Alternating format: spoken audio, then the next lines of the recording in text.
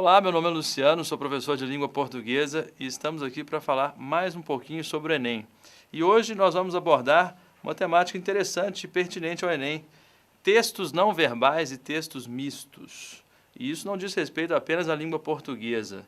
Todas as disciplinas intercaladas aí, você vai ter que interpretar algum texto não verbal ou misto. Mas o que são textos não verbais ou textos mistos? Bom, tudo aquilo que não é texto escrito, não é texto verbal, é texto não verbal, ou seja, imagens, símbolos. Tanto é assim que você vai encontrar esse tipo de texto não apenas no conteúdo de língua portuguesa, mas em qualquer outra disciplina. Você encontra isso na física, na química, na matemática. Símbolos são textos não verbais. E os textos mistos?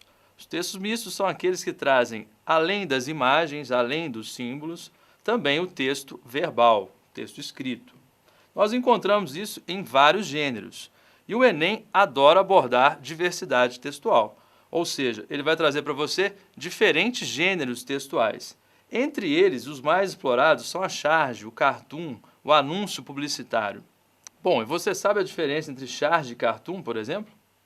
O cartoon traz alguns personagens que simbolizam ou caracterizam determinada parcela da população. Se você vai criticar, por exemplo, um grupo de juízes, então um personagem vem caracterizado como um juiz e ele representa toda a classe. Se você vai criticar um grupo de políticos, geralmente vem lá um personagem de terno, gravata, e você vai criticar toda a classe política. A diferença para a charge é que a charge traz uma caricatura de uma personalidade conhecida. Então, se ele vai criticar, por exemplo, a presidente Dilma, então eu tenho uma caricatura da presidente. Isso é charge. Se eu tenho a representação de um grupo político, por exemplo, ou dos juízes, como eu tinha dito, isso é cartoon.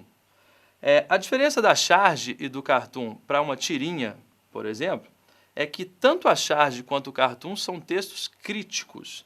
Então, se você vai analisar esse tipo de texto, você tem que buscar, antes de tudo, a crítica nas entrelinhas, ali por trás daquela imagem, por trás daquele texto verbal, se houver. No caso da tirinha, eu tenho apenas uma historinha contada lá, geralmente em 3 quadrinhos.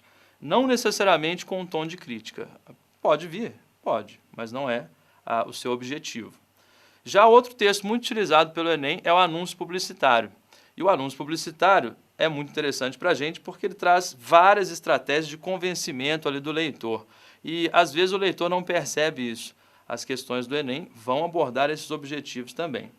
Bom, eu trouxe aqui para vocês uma questão do Enem para que possamos ver um pouquinho a diferença entre esse cartoon e essa charge e vocês podem acompanhar aqui no canto.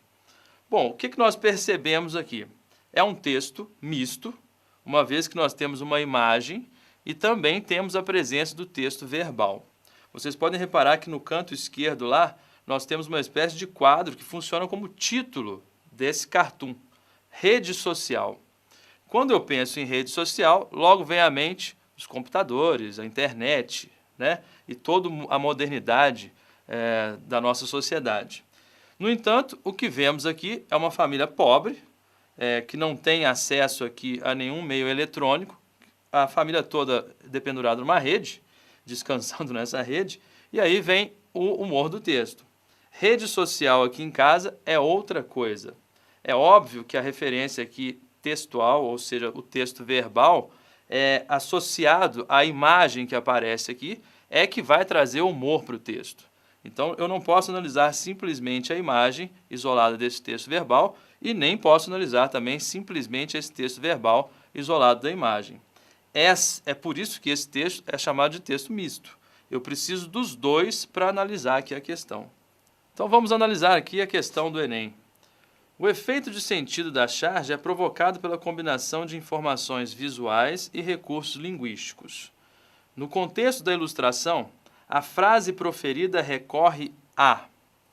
Bom, aí vamos completar aqui a frase. Letra A, polissemia, ou seja, aos múltiplos sentidos da expressão rede social para transmitir a ideia que pretende veicular. B, ironia para conferir um novo significado ao termo outra coisa.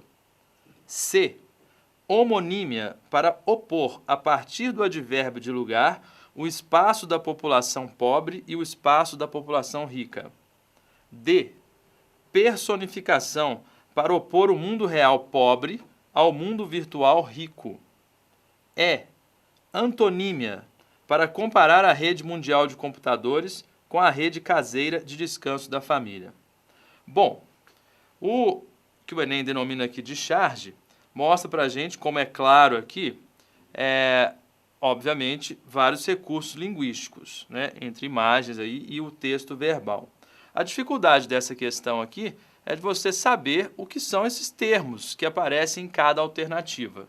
Se você não domina esse conteúdo, provavelmente você terá dificuldade nessa questão. Então vamos entender aqui um pouquinho. O que é polissemia? Poli aí vários, né? Semia sentidos, então realmente são vários sentidos. No caso aqui do texto em questão, nós temos uma polissemia na expressão rede social. Se eu tenho mais de um sentido, eu tenho então vários sentidos, né? Ou dois ou mais.